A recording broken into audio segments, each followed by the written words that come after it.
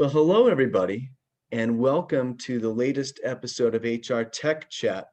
I am very, very excited to be speaking with Tom Cielak today. And I hope I pronounced your last name correctly, Tom. I've never actually asked you. That's right. Cielak, good. Excellent, excellent. Tom leads HR operations for a global asset management firm. And he's been in the space for a while. He and I met several years ago, each of us in a former professional life, in the same HCM space. And we've had many really interesting conversations over the years, and recently reconnecting earlier this year, just around, what is the impact, significance, essentiality, or criticality of HR technology to HR leaders, these sorts of things. We've talked about employer culture lately, and all these very pressing current themes in our space. And we thought, you know what? We should probably do a podcast, an episode of HR Tech Chat, and just kind of, if we can in any way potentially impart some knowledge, or bring something out there to the market that other people can chew on and think about to help bring us all forward or evolve. So thanks for joining us, Tom. Why don't you tell us a little bit about yourself? And I know that you have this concept of the HR technologist that's fascinating to me. Maybe you could delve into that a little bit. Sure. So thanks for having me, Brent. Like Brent said, my name is Tom Cielak. I run HR operations for a global asset management company called Allianz Global Investors, based here in New York. Throughout my career, I started in consulting. I've done a lot of work in the HCM technology space. So a lot of years of experience dealing with different vendors in the space, and really like drive HR technology through companies to make sure that they utilize that technology, engage their employees. Yeah. And that's really, you can't do HR without technology. Well, you can, but it's very difficult. It would require just many hands. Maybe you can get into that a little bit. How is the technology's relationship to HR? How has that evolved? We don't have to boil the ocean here, but where are we today? I mean, versus say 10, 15 years ago even. So when you think about like HR technology 10, 15 years ago, very like old, antiquated systems, really wasn't there to really drive process efficiency. It was more there to like process data, make sure people got paid. But you've really seen over the past, let's say 15 to 20 years, number one, that the HR technology space has really started to evolve, okay? So realistically, back 10, 15 years ago, it was really just processing data. Now it's really becoming an engagement tool, a productivity tool, really basically allowing like employee engagement, driving employees to a platform, really becoming an efficient part of the organization. In addition, like a lot of data analytics have come out of these brand new systems, really like driving like people data analytics and people metrics throughout the organization. So it's been a significant evolve from like 15, 20 years to old mainframe systems to really now technology systems. Probably like 10, 15 years ago, you never really thought about, having a technology skill set in HR or a mathematical skill set in HR. It was more of a customer service focus or more of a process focus. But realistically now, those really need to come together, and really HR people, at least many of them, they need to really understand what HR technology can do. Mm-hmm. And so you're really starting to see like that, IT does not drive HR technology anymore. You're really seeing an HR person or HRIS analyst really in the department driving that technology, implementing that technology, being able to really take the business rules that they know from an HR process standpoint and really drive them through the system. So technology in HR has really come a long way, and those technology skills really need to evolve. And I think that's one of the things that is starting to happen more and more. You're starting to see more technologists in the HR space, even though we're not fully there yet. But I've seen like the most successful HR departments really have that critical role of like an HRIS analyst or a senior HRIS analyst to really drive and utilize the system. These brand new systems have like over, let's say, like 2,000 great features. They can really drive efficiency. The issue is that if you don't have a technologist in the actual space or someone that really understands what the technology can do, you're not really getting the biggest bang for your buck. So instead of Mm, just basically, let's say, processing payroll, like you really want to basically drive that data. You want people to be able to go in there and have like a one-stop shop to like do some of the HR business processes, and really to basically have all those back-end calculations that you used to never have that can actually be done in the system.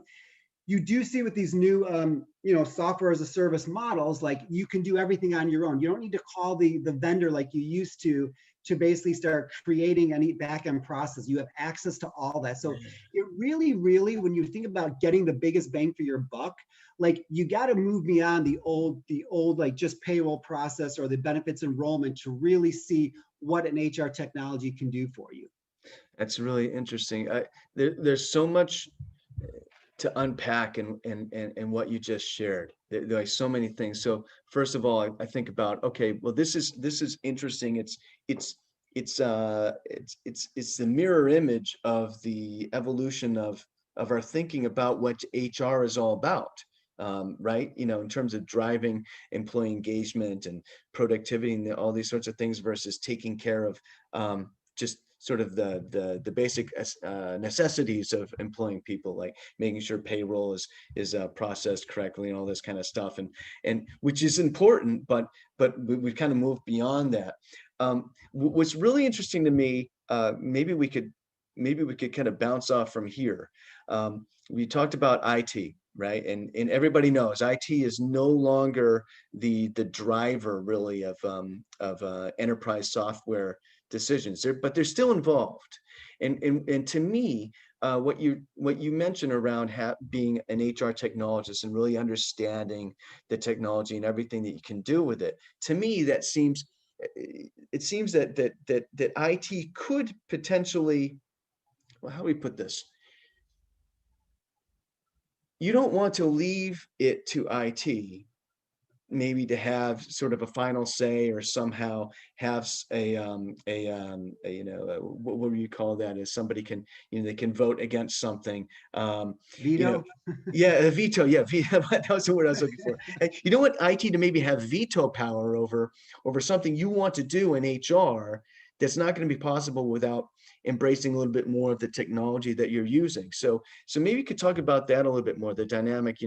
Being an HR technologist to me seems as a way to kind of consolidate or to help ensure that democratization of the power Yeah. centers and making software decisions remain democratized.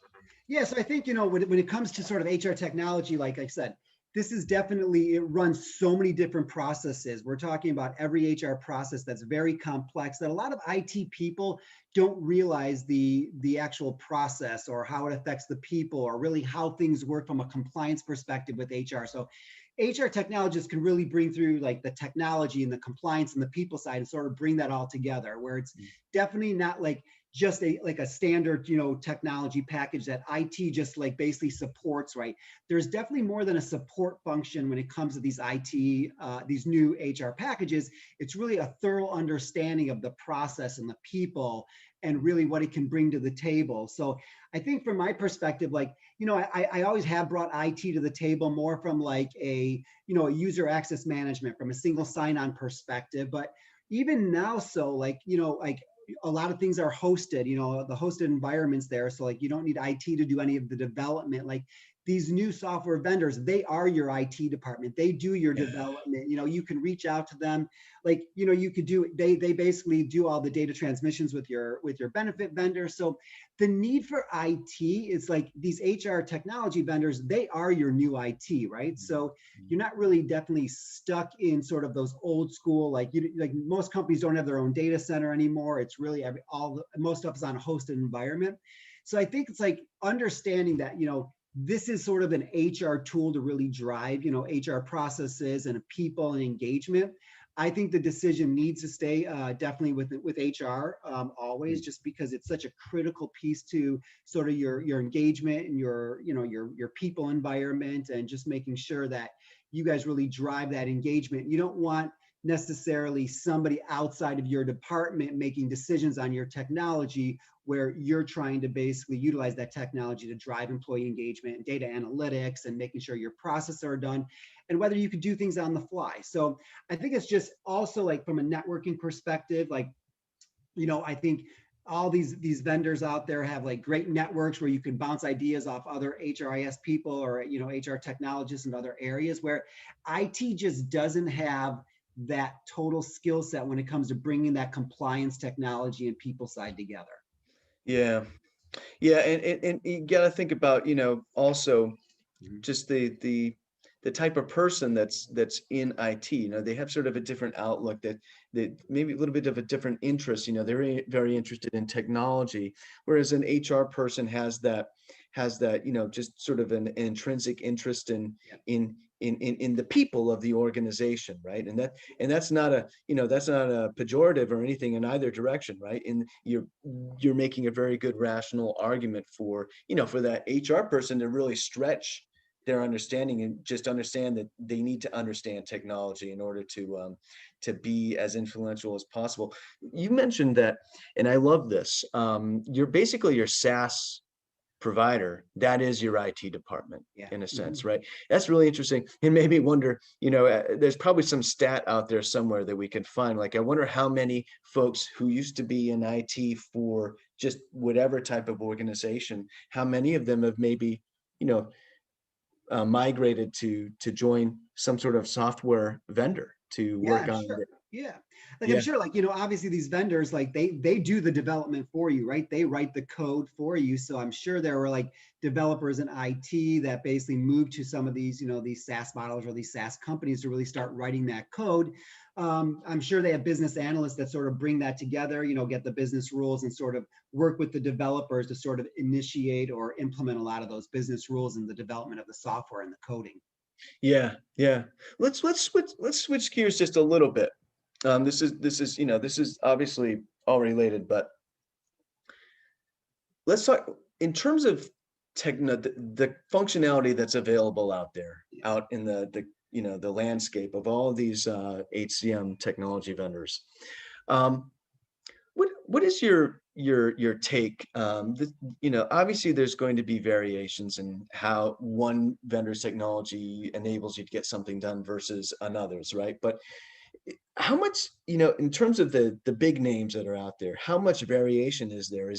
Have we reached this point where where functionality isn't as much of a differentiator, competitive differentiator as it used to be? Yeah, I mean, I think it's like you're definitely seeing like the features there. Most of the companies now have a lot of the same features. Okay. Like one thing that I've always looked for is like sort of like a single database. Like to me, like I'm not a big fan of like having interfaces in between HRIS systems, or I like real-time data. So you're starting to see, I think Ceridian was the first one that sort of did the single database. You're Mhm. starting to see other ones still obviously, try to emulate that. A lot of them have unified systems where they do some really good work in the background, trying to make sure that there's no hiccups when data moves back and forth. But when you think about like the old technology, most of it was on a mainframe system. You would, enter things in the system and it would go to the mainframe where it would process, and then the data would transfer back, and there was always data translation issues.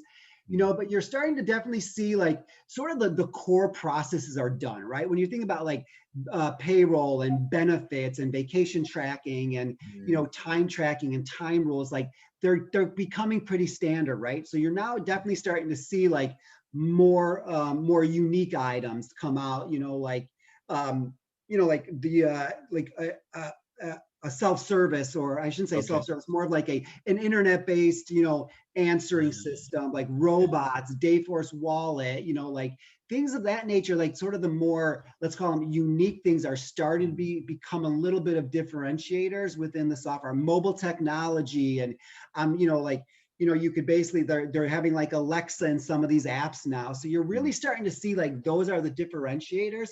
At the same time, like what I don't want to happen with these vendors is to sort of lose sight of some of those core processes like payroll and Yeah. benefits, right? Because like the last thing you want is those they've almost become like sort of the standard, like they just work very well.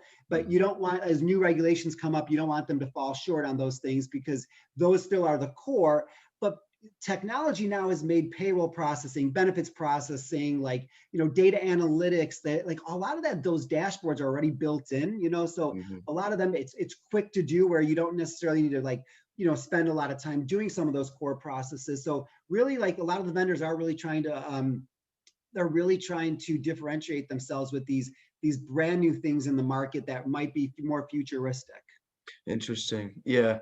Yeah, because that would be interesting, sort of a vicious loop right there. So for instance, we've made so much progress in all this kind of stuff. I think back to I love automobile analogies, right? Back Yeah. in the 60s, it was all carbureted, and then they started to add, fuel injection, and that used to be a big deal. This car has fuel injection. That's great. Electronic fuel Hmm. injection. And it was started off as mechanical, but this Right. isn't automobile tech chat. But anyways, the whole Right. point being that now everything has that electronic fuel injection. And you know and it's just something they've completely figured out in just about any car, except maybe, I don't know, every once in a while you get one that can't do it. but Yeah. but you don't even have to think about it anymore. It'd be terrible if car companies all of a sudden, they were so focused on the new tech, like for instance, autonomous or semi-autonomous driving is that sort of a novelty that only a few vehicles have, like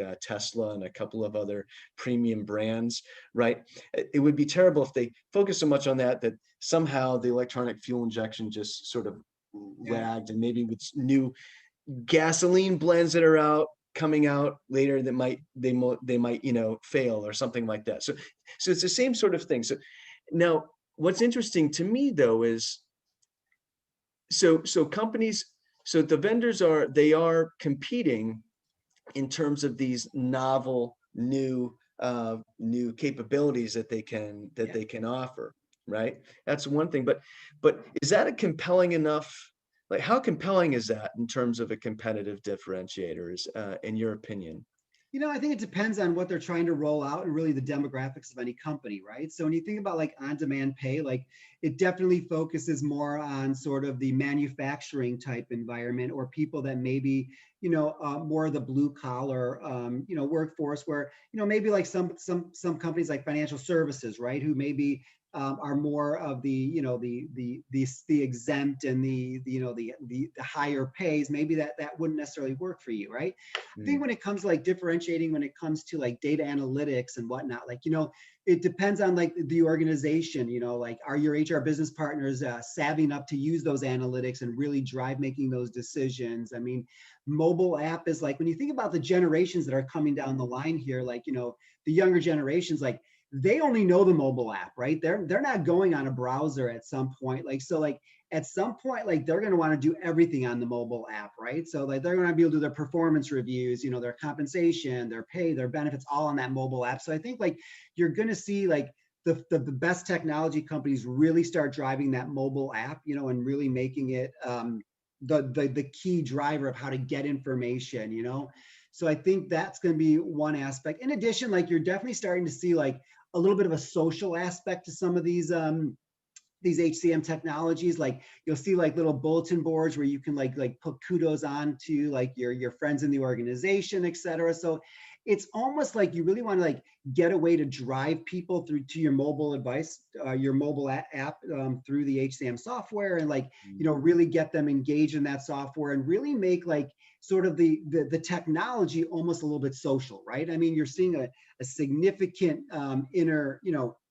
integration between work and life, so people basically, like, they probably log on to their, HCM app at night, past like 5 o'clock. Like there's really like the work hours are different. People are definitely more, remote as we become like, after COVID, more and more companies are going to be remote. So like they really want to feel connected through these apps. So like there should be a good social, hopefully a good, like I mm, think companies should do like a social aspect to these apps where people can really post messages about, projects that they're doing, et cetera. Like, and I think HCM technology companies will continue to expand down the line to include maybe more complex items when it comes to like maybe executive comp or stock option trading, or really starting to push the envelope to really drive everything into one sort of system.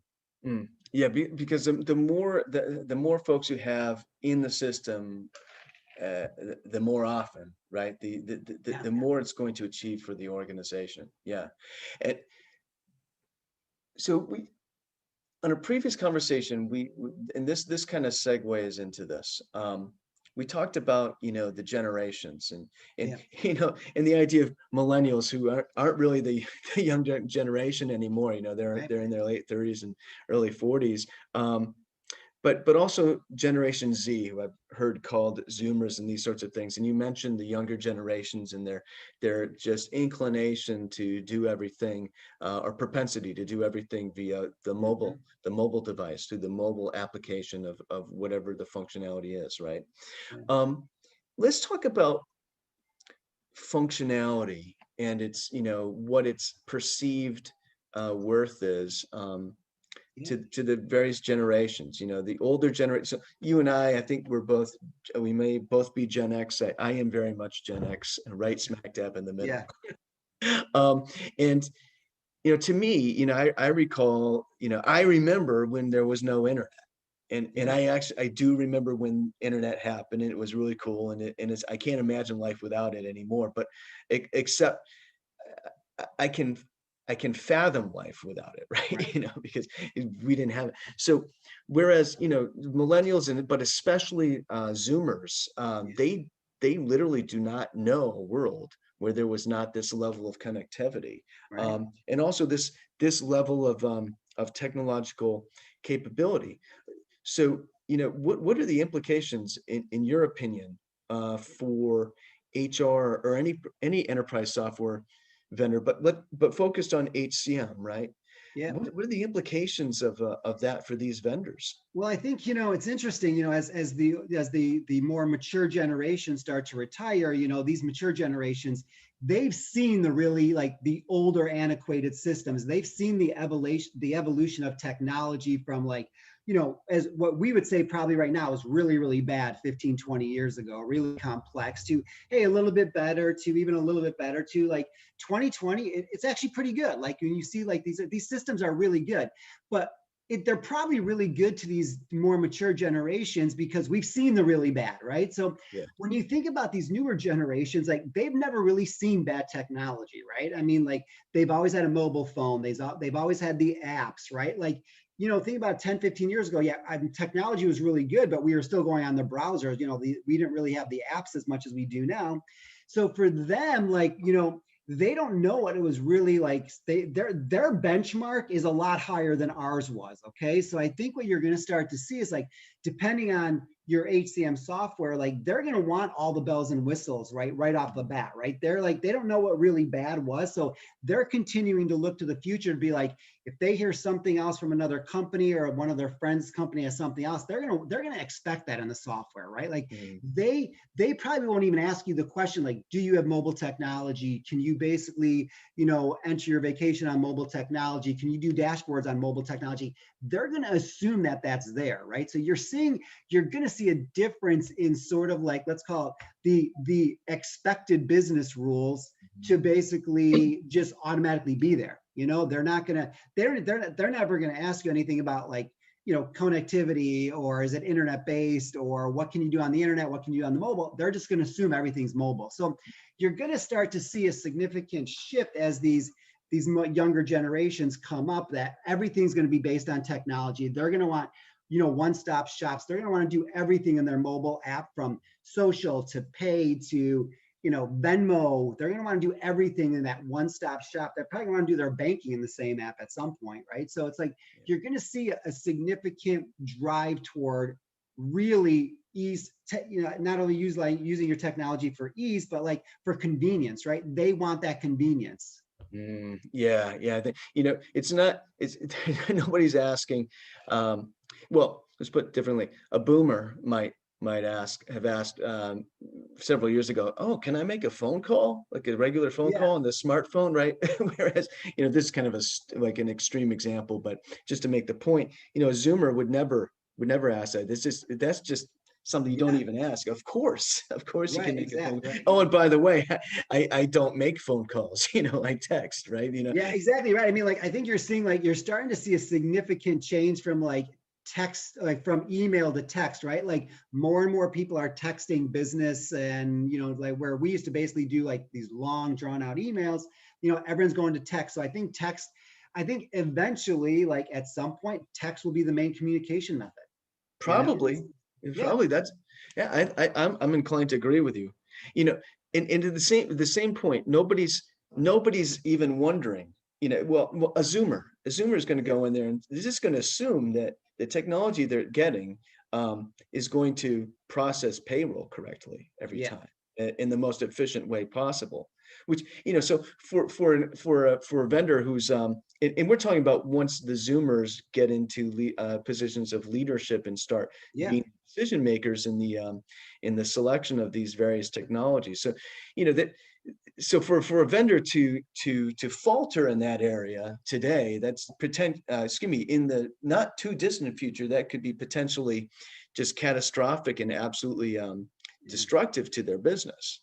Yeah, and I think, like, even now, that even though they're not in leadership positions, like they still do drive a lot of the workforce culture. Like, millennials drove a lot of the great changes, like in flexibility, right? So I mean, like, to me, like the Gen, the millennials and the Zoomers, they're going to drive more different cultural aspects, right? Like they want even more flexibility, but at the same time, like they want a purpose, right? So like, social responsibility is going to be big in these new HCM companies, et cetera, really driving that type of stuff also. Yeah, yeah, absolutely. Um, how effective is it? I just want to get back to this question. How effective really is it, given this new landscape for let me put it differently. What would be the best way for an HCM technology vendor today to differentiate itself, or to advocate, let's not say differentiate for itself, but instead advocate for itself in the market to get more eyeballs, more interest, to gain market share? You know, what what would be what would be the best way, or what are we seeing? How are they? That's a better question. What are you seeing in that area? How are vendors sort of presenting themselves? Are they talking about their functionality? Is that what they're just fixated on solely, or is it part of a greater mix in the Yeah, marketing messaging? Like, what's going on?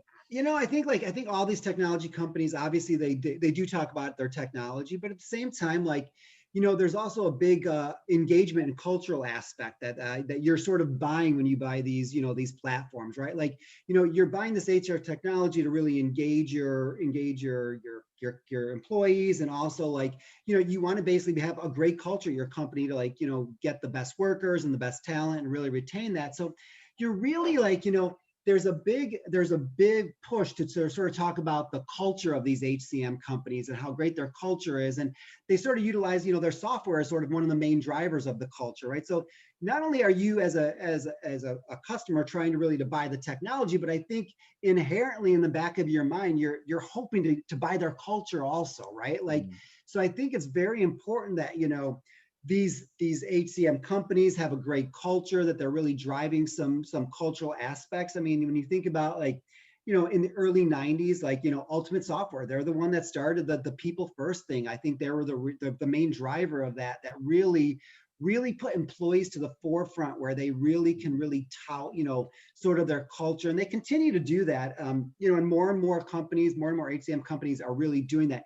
You're seeing a lot more activity on LinkedIn, like, hey, I got a job at Paylocity. Hey, I got a job at iSolved, right? So you're seeing really in the marketplace, like, hey, congratulations, you're coming. Like to me, it's like, even these, like you'll see people that basically are saying they got an internship, on LinkedIn, which I think is like, we would have never done that like 15 years ago, right? Like nobody cared about our internships, but now it's an opportunity to be like, hey, by the way, like, hey, I'm starting my career. And they're really trying to, like, sort of drive culture. You talk about like Glassdoor, right? I mean, like, I think everybody goes to Glassdoor, and, like, you know obviously you got to take some of the reviews with a grain of salt, but when you have like 3,000 reviews, you're like, that's a good enough review to really like get what the culture is at an organization. And I think, you see organizations where maybe their Glassdoor goes up or their Glassdoor goes down and stuff like that. So I think it's extremely important for, these leaders in these companies to really understand, like, as they start to, like, do these shifts in technology and sort of like, obviously, there's a financial aspect, they're still trying to make money, et cetera. But like, that can take a significant toll if like your culture starts to drop, or you're not focused on your culture anymore, because a lot of people are trying to buy that culture too. Yeah. It, that's the real point right there. I think you really put it very well there. People are buying that culture too. Yeah. I think that what I've noticed too with the HCM vendors is that the technology vendors, what they're doing is they're presenting this sort of archetypal, ideal employer culture that Yeah. they have themselves, and a lot of them do have that. Yeah. And there's also a way to market that message too, right? Right. But you think about everybody most people who went into HR, they didn't go to HR because they wanted to be involved in, tedious compliance related things all day long, or Yeah. they, or to be sort of the arbiter and say, some sort of a layoff or a very difficult situation of Yeah. having to fire somebody. Although that's all part of the job, it Right. absolutely is. But they went into it because they're people, Yeah. and they want I'd say most of them want at their core for their organization to be the most it can be from a people standpoint, to have that high level of engagement. So it's a way, I think it's very smart. It's a way for those organizations to kind of maybe even live a little bit vicariously, or that's I would put it a little bit more positively. It's a way for them to aspire. It's inspiration for them. Yeah. They can live vicariously through it in the meantime, but it's kind of a motivation to aspire to be that, which is really interesting. It's a great marketing message.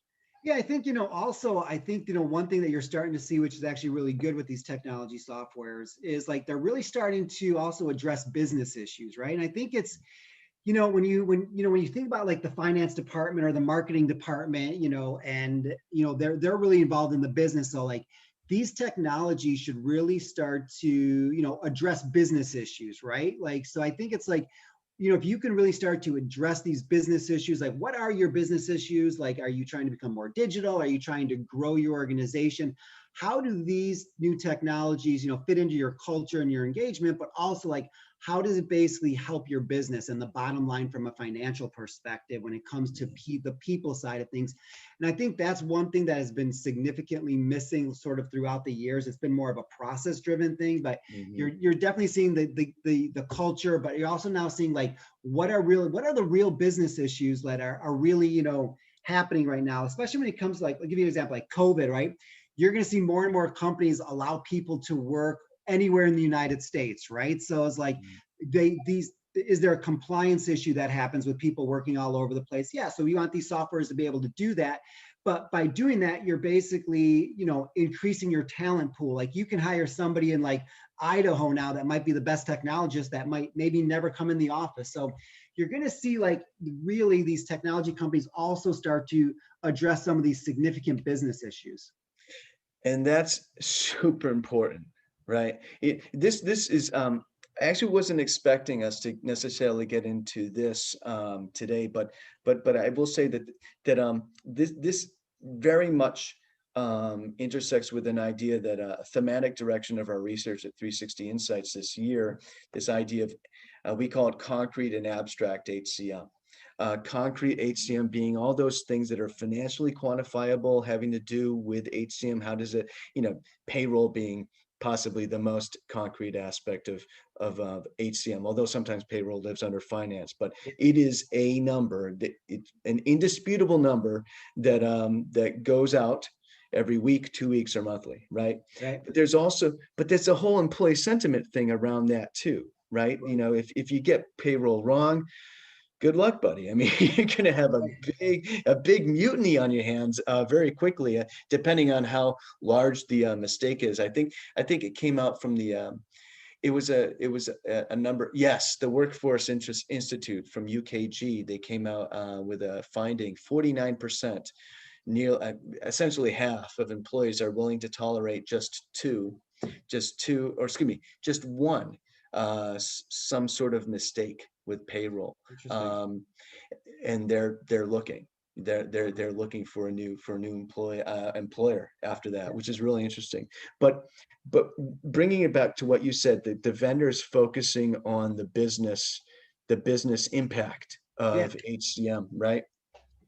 We Mhm. need to broaden our understanding, or our concept of what the business impact is of our people, in my opinion. And there's Yeah. there's a lot of it that's sort of very easily translatable to accounting language, or what the accounting think. It's a Yeah. okay, we expended this much labor. We spent this much on labor expenditure Right. for our scheduling. If we get something that's better, more efficient for the technology, we'll save X amount. And that's a productivity gain that we can lob Yeah. into the spreadsheet, right? These sorts of things, right? I was having a conversation with someone recently. I do not recall who it was. I talk with so many people. Yeah. But anyway, that sounded like a humble brag, and it wasn't, trust me. Yeah. But anyway, we had this thought that, what's financially quantifiable now is just what we can see right now. Yeah. There could be something that seems completely not quantifiable from a financial standpoint, and it may therefore receive sort of short shrift from financial leadership in organization. But that thing could, in fact, be the trigger for something that does turn into something that's financially quantifiable later. Yeah. Maybe even the organization no longer being a going concern because they neglected their employer culture for so long. Right. Exactly. So, you know, I think we have an excellent opportunity in the HCM market, I think, or the space as a profession, to expand that understanding of what really is the business impact of your Yeah. people. Yeah.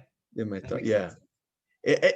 And I've had conversations around this, in terms of, you know, seeing HR as a cost to contain. That's been the thing that HR has been for years, Yeah. just working to get out from under, and instead something to invest in. And I was speaking with someone recently around this idea that, why not literally put your labor costs, like put it in a different column Right. in your accounting spreadsheet. So treat it as an asset. Treat your people as and then all of a sudden they become an asset to invest in. What are your thoughts around this?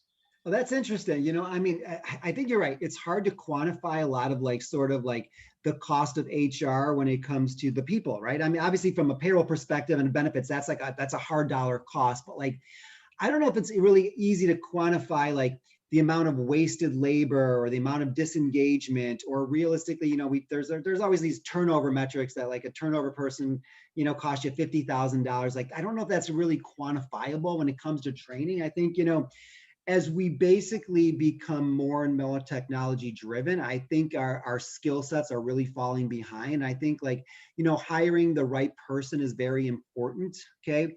It's like making sure that they fit into what you want, in addition to, like, I heard this recently, like, instead of having a cultural fit, have a cultural add, like some of that adds to your culture in a positive way and stuff like that, which I thought was a very interesting thing. That's the way somebody put it, right? Like, but at the same time, like, as more and more companies are going through like, diversity, like, you see like you see a lot of times when you recruit, you're looking for 5 to 10 years of experience of HR operations. They have to work in financial services, but like, are you better off now, like quantifying to get bigger bang for your buck, to get somebody that was not in financial services, get somebody that was in manufacturing, bring some of those experiences, get somebody that, wasn't in HR operations their whole life. Maybe they were in accounting, maybe they were in marketing for a while, maybe they were in like, manufacturing operations. So, you're going to start to see, like, in order to quantify a little bit about those costs, like, you really do need to get people that have diverse experiences that really try to, like,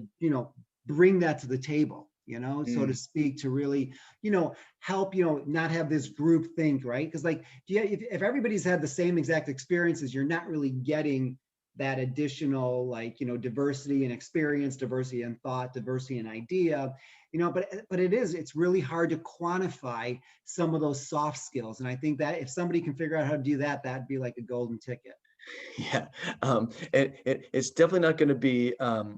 Well, I think it would be somebody who has some sort of a financial background is going to Yeah, know exactly. Yeah. exactly how to do that. One thing that's interesting, though, that what you said and it occurred to me is you're absolutely right. It's difficult to quantify. It's next to well, I'm not going to say next to impossible because I don't know enough about this. Right. But but it seems to me that'd be very difficult to quantify what's the potential value lost by not doing something. Yeah. That to me is just it's too it's too vague. Right. Even though it definitely does have an impact. Yeah, you can't really. Yeah, I can't imagine trying to put a dollar Right. amount to that. Yeah. Yeah, it's too hard. I mean, like, we've been talking, HR people have been talking about this for 20 years and we're still talking about the same issue. So somebody hasn't solved it yet. We're still trying to, but somebody hasn't solved it. Yeah. That's that's a great point. And maybe that's a I was just looking at the time. And maybe that's a good place to sort of land. I think we've been talking about these things for a while. They're very important. We still have our work cut out for us to Yeah. figure out, how to actually broaden that understanding of the value of people to an organization. Although I do think that we're moving in the right direction. Yeah, we're definitely moving in the right direction. A lot of work to do, though. We got to continue to move forward to quantify that. But yeah, we're definitely moving in the right direction with technology and culture and engagement. Yeah, excellent, excellent. Thanks so much, Tom. Yeah, Thanks thank so you. much. Yeah, this has been a fantastic conversation. I'm sure our viewers will absolutely love it. Thanks, Brent. Have a great day. You too. Take care. Bye.